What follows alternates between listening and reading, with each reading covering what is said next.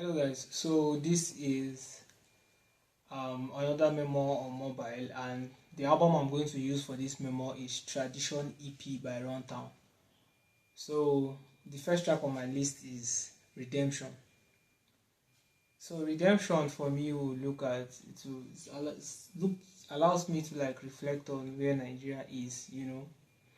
If you're looking if you're looking back in time, Nigeria has always been difficult for its citizens. There's no time you're going to play Nigerians out there. They will say, "Oh, this point of time in Nigeria was better off," and like there's this thought that Nigeria maybe is like damaged beyond repairs. But I think that that is not the case. As we have like as people are getting old, leaders will have to migrate to or move to what's the name new sys- systems, and governance would probably work differently. But I believe strongly that Nigeria is still on track to becoming whatever it is projected to like be in the coming years. Considering that over 50% of the population are young people, and we live in like a very very connected world because of the internet. And I don't think that governance will keep being the same pattern when um, what's the name the youths are probably like getting old, because if you check 30, 20 years from now, we that are in our probably 20s, 30s, we begin to find ourselves in like positions of power.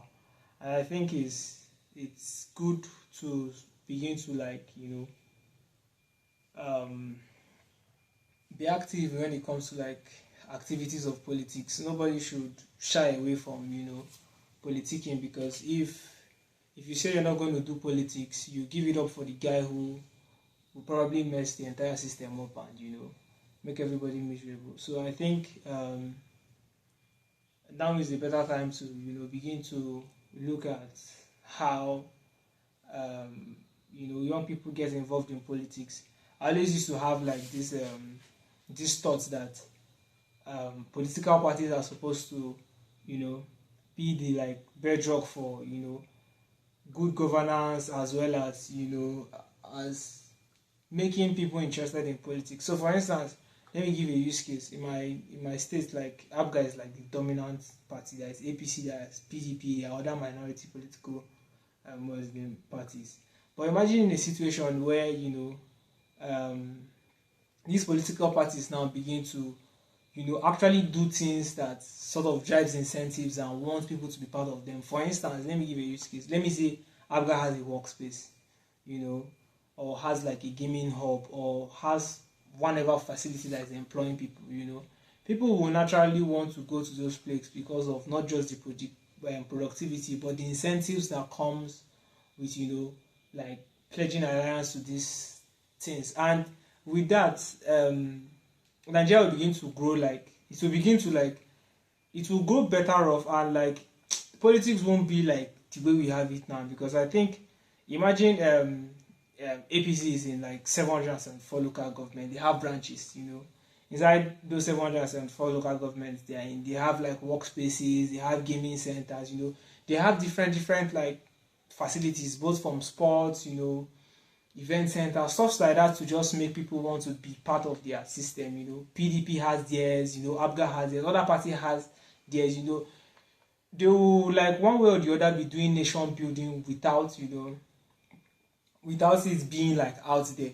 Because whether you like it or not, these political parties have their reach. That's why it's easy for them to like amass the number of votes they have. But where can they now channel those resources to actually benefit not just like citizens of the country, but people who are citizens, or like sort of have allegiance with their parties? And I think in the coming years, um, I feel politics will be much more different.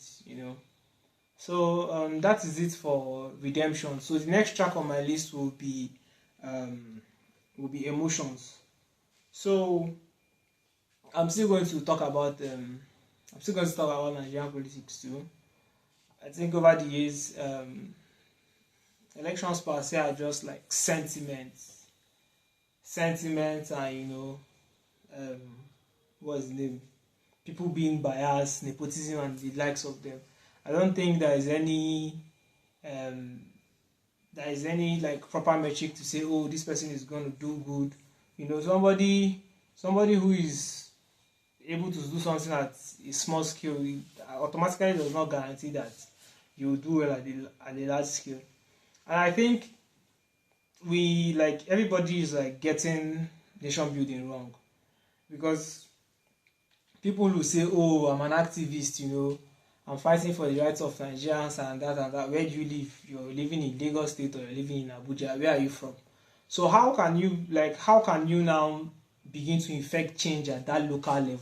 You cannot be living in Lagos and say you are not. Go to your village. Like if your local government is one of the best local governments in what's the name, in Nigeria, I believe that other local governments will want to adopt whatever system you guys have developed in your local government, and with that, Nigeria will grow. Because I don't look at like Nigeria's growth from a point of 30 states. I always look at it at the local government level, because that's where the actual numbers are. They are 774. So how can we have the most safest local government, the most commercial like viable local government, the local government with the highest internal generated revenue, what's the name, life expectancy. There are a whole lot of best in these local governments can have. And if we begin to build at that level, if we begin to focus on the local governments and leave, oh, it's Lagos State, Abuja, Anambra, Port Harcourt, no, at local government level. Because when you look at it at the local government level now, you're looking at, okay, how does rapid response like occur there? Are there police stations there? Are they like um different security outfits, probably vigilante and whatever like special units the local government has for like rapid response? How is what's the name, traffic reports there? How many potholes have been filled over the past months? Because you cannot be asking for accountability when you cannot even track it at that micro level. You're just going to be saying, oh, there are no roads here. If you're able to track it at that local level, it will give you enough data to say, oh, this government really tried because they did X, Y, and Z. So I think governance in Nigeria as a whole needs to stop being sentimental, and we should begin to ask the right questions, and the the better we like sort out for accountability, the better the country will be. Because I don't see a reason why somebody that is was the elected as a House of Reps, to represent a particular local government wherever the person is staying in Abuja. You really cannot. How do you want to like function where you don't even reside in the place? If they are having light issues, you don't know because you're in Abuja. If they are having security issues, you cannot relate. So we cannot keep like stretching forth our arm from our far and be expecting the results where we should be present in. So I feel Nigeria will be better in the long run, and I'm um, probably positioning myself and trying to see how I can begin to make impact from my own end in terms of nation building. Because whether we like it or not, um, we are better off as a collective. So that's my emotions story. So the next track on my list would be tradition. So for tradition, I think I want to talk about. I think I want to talk about you know the diversity of like Nigeria. We have like about 250 ethnic groups. I think each with their own indigenous languages and different cultures, um, different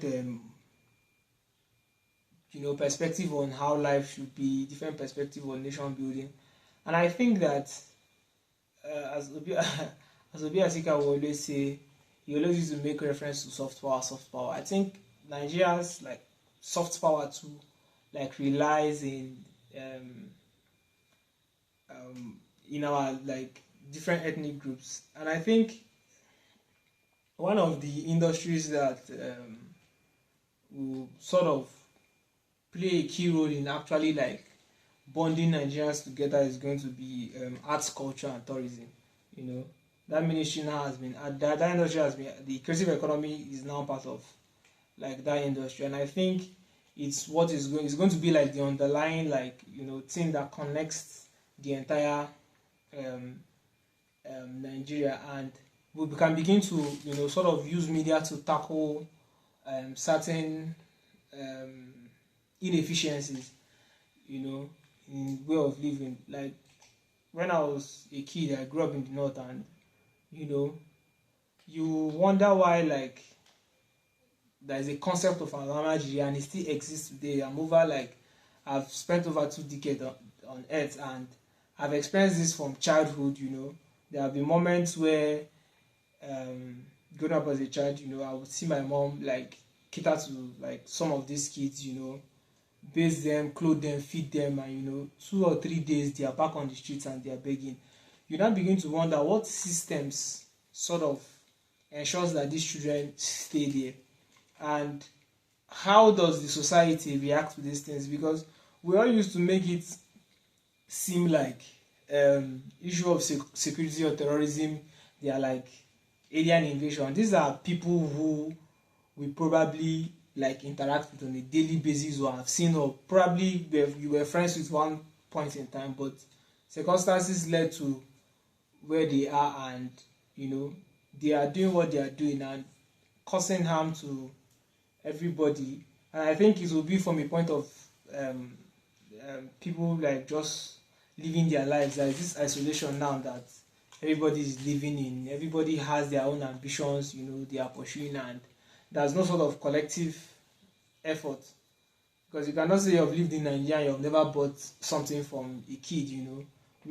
That's in itself is even encouraging child labor per se, because when you buy pure water from a child who's supposed to be in school at the point where like that child is supposed to be in school, it looks normal to you. But when that child moves from selling pure water to want to make ends meet and start moving phones or becomes a traffic robber, everybody now begins to react like, oh, what happened? But we participated in the root cause to these things because we don't demand better. So I think like, there are a lot of things like media will help solve at a large scale, and if that's going to be possible, still boils back to local government. You still have to do it at a local government level. You always hear that, oh, Nigeria has like amazing talents, and like for instance sports, we have a lot of boys that if given a chance they are going to like do exceptional stuff. But when you look at, oh, why is this not happening, you now begin to realize that, oh, it's probably a system issue or an infrastructure problem. But there is this how will I put it, over dependence on like governments like fixing everything. But I know like private public partnerships exist. There are people who might come and say, okay, we have like a project to build different turfs in different local governments, and for talent discovery for people who want to play football professional or whatever sport, have these stuffs at different locations. When those stuffs are there, it's now possible for people who are in media to sort of learn how production is done. Because the only thing that, if you watch AFCON and you watch any match produced in Europe, you can tell from the camera angles, the quality of the production, to the pitch itself, there are a whole lot of like the disparities there, like the difference is actually clear.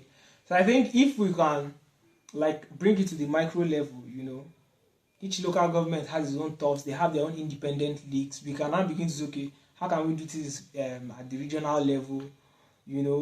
That way now we are now creating demand for our own, because people travel from Nigeria to go to England to go and watch match. the people they are watching there are like they are locals. It's like when like you're a citizen there, like you're looking at it like locals. So why can't we have something like that?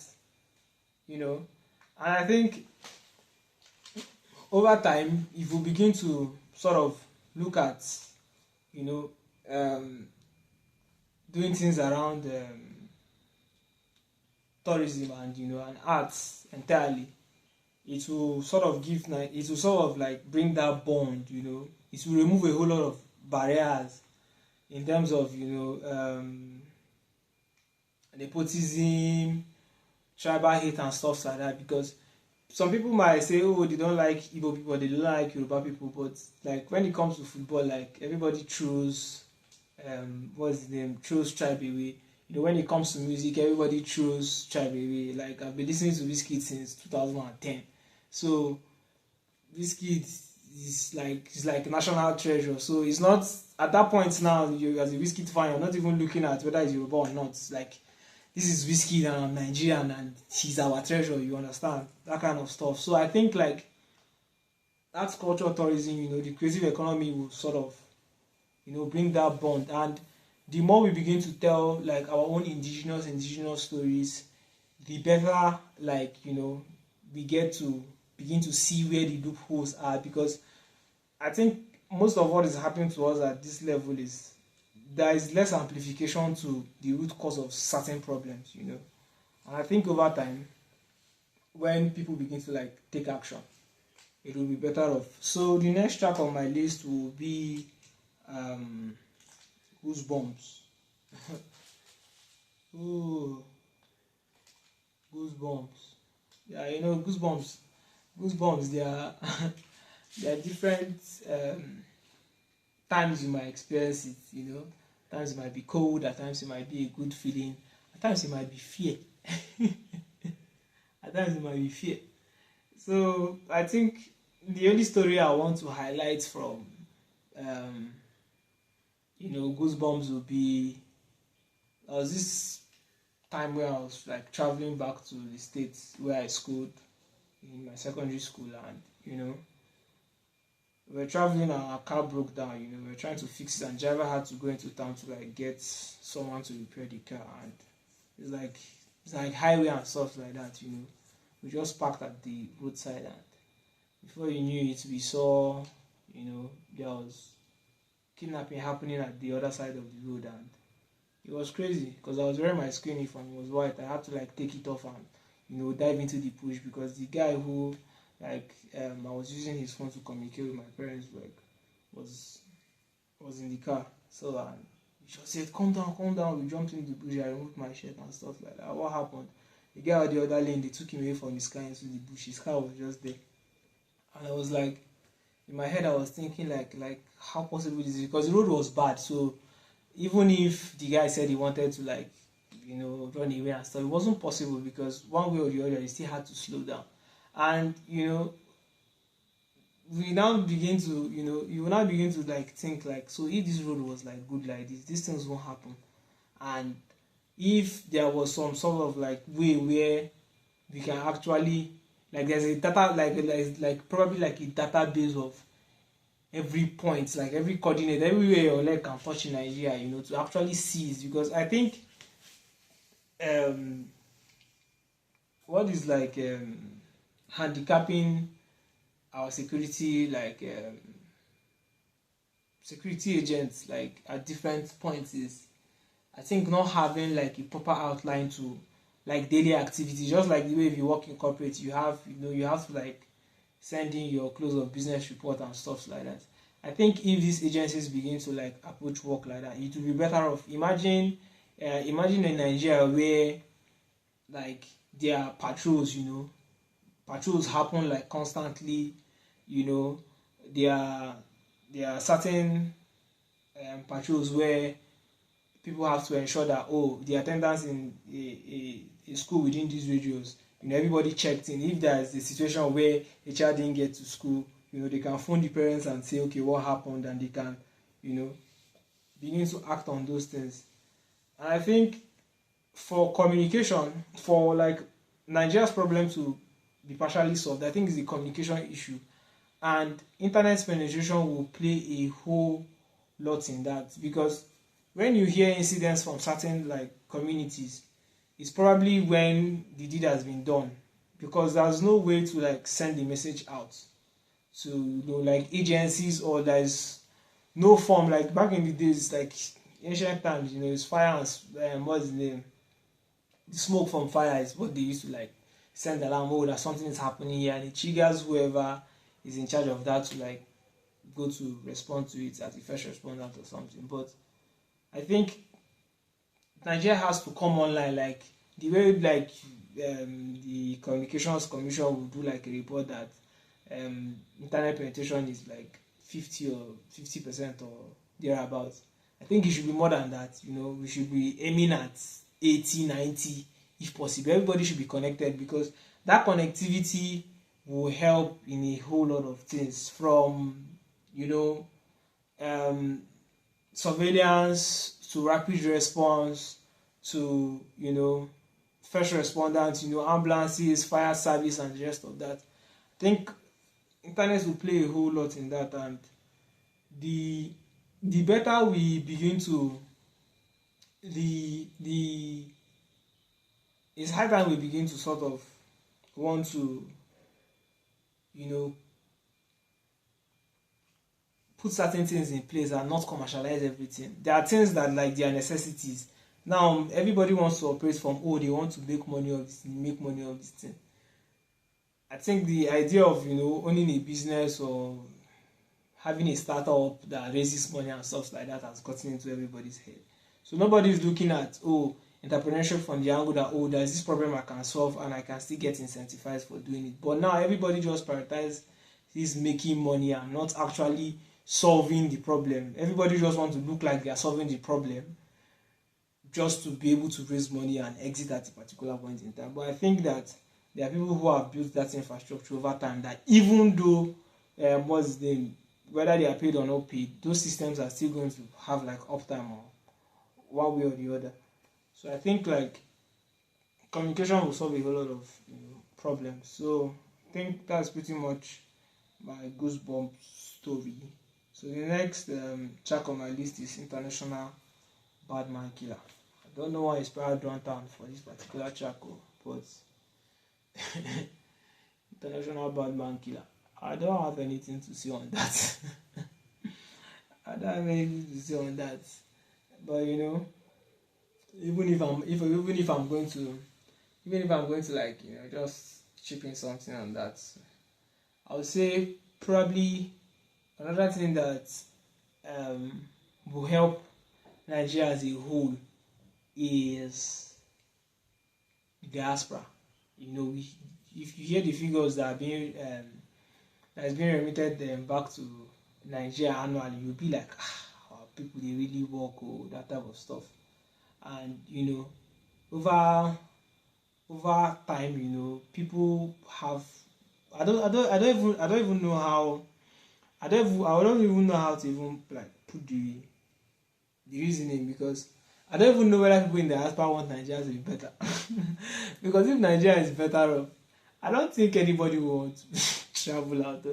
Imagine that $1,000 is the same as $1,000. I'm not sure anybody wants to jump out to go and making 1K.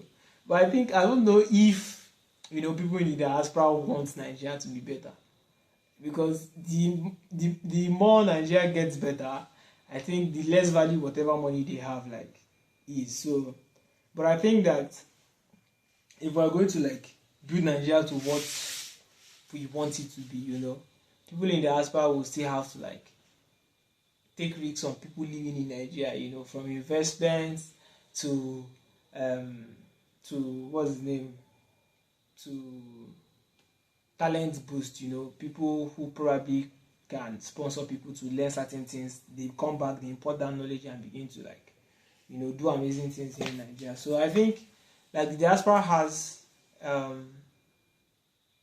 that might to actually like effect change in Nigeria. So that's pretty much what I would say on International Badman Killer.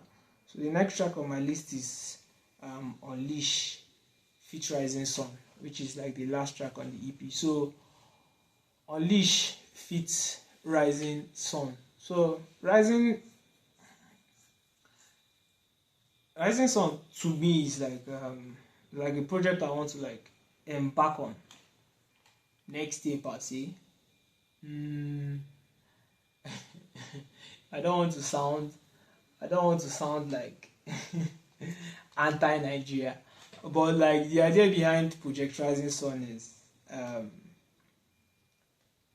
next 2027 will make it 60 years after the Biafran War, and you know, being part of the big three, if we are saying big three, that is Hausa, that is Yoruba, that is Igbo, like that's the majority of like in terms of like volume in the country, and it's been 60 years. Igbos have not still gotten any shot at governance, and I think that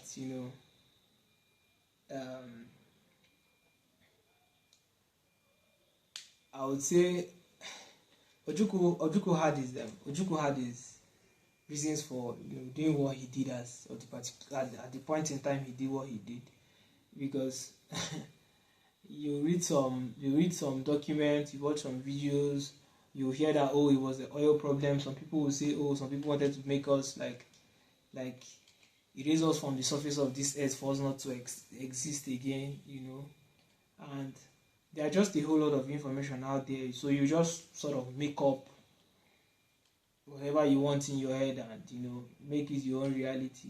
Some people till date still believe in the concept of Biafra, because it's just like the way you have it in the Bible, promised land and stuff like that. So Rising Sun there is so Project Rising Sun is I 2024 I was able to do like extensive research, and I've seen like what contributed to like Igbos like bouncing back from the war was decentralization, and I think a big part of that, if expressed in technology now, is blockchain technology. And I think that if we're saying we want to actualize like Biafra, is not actualizing Biafra is not succeeding for me. It's about making the East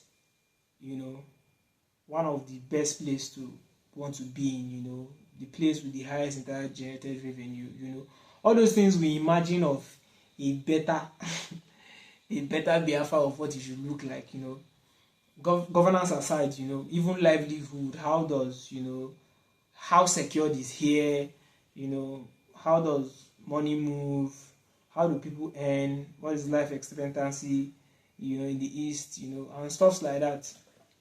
So I came up with Project Rising Sun. So Project Rising Sun to me is is blockchain based. I would say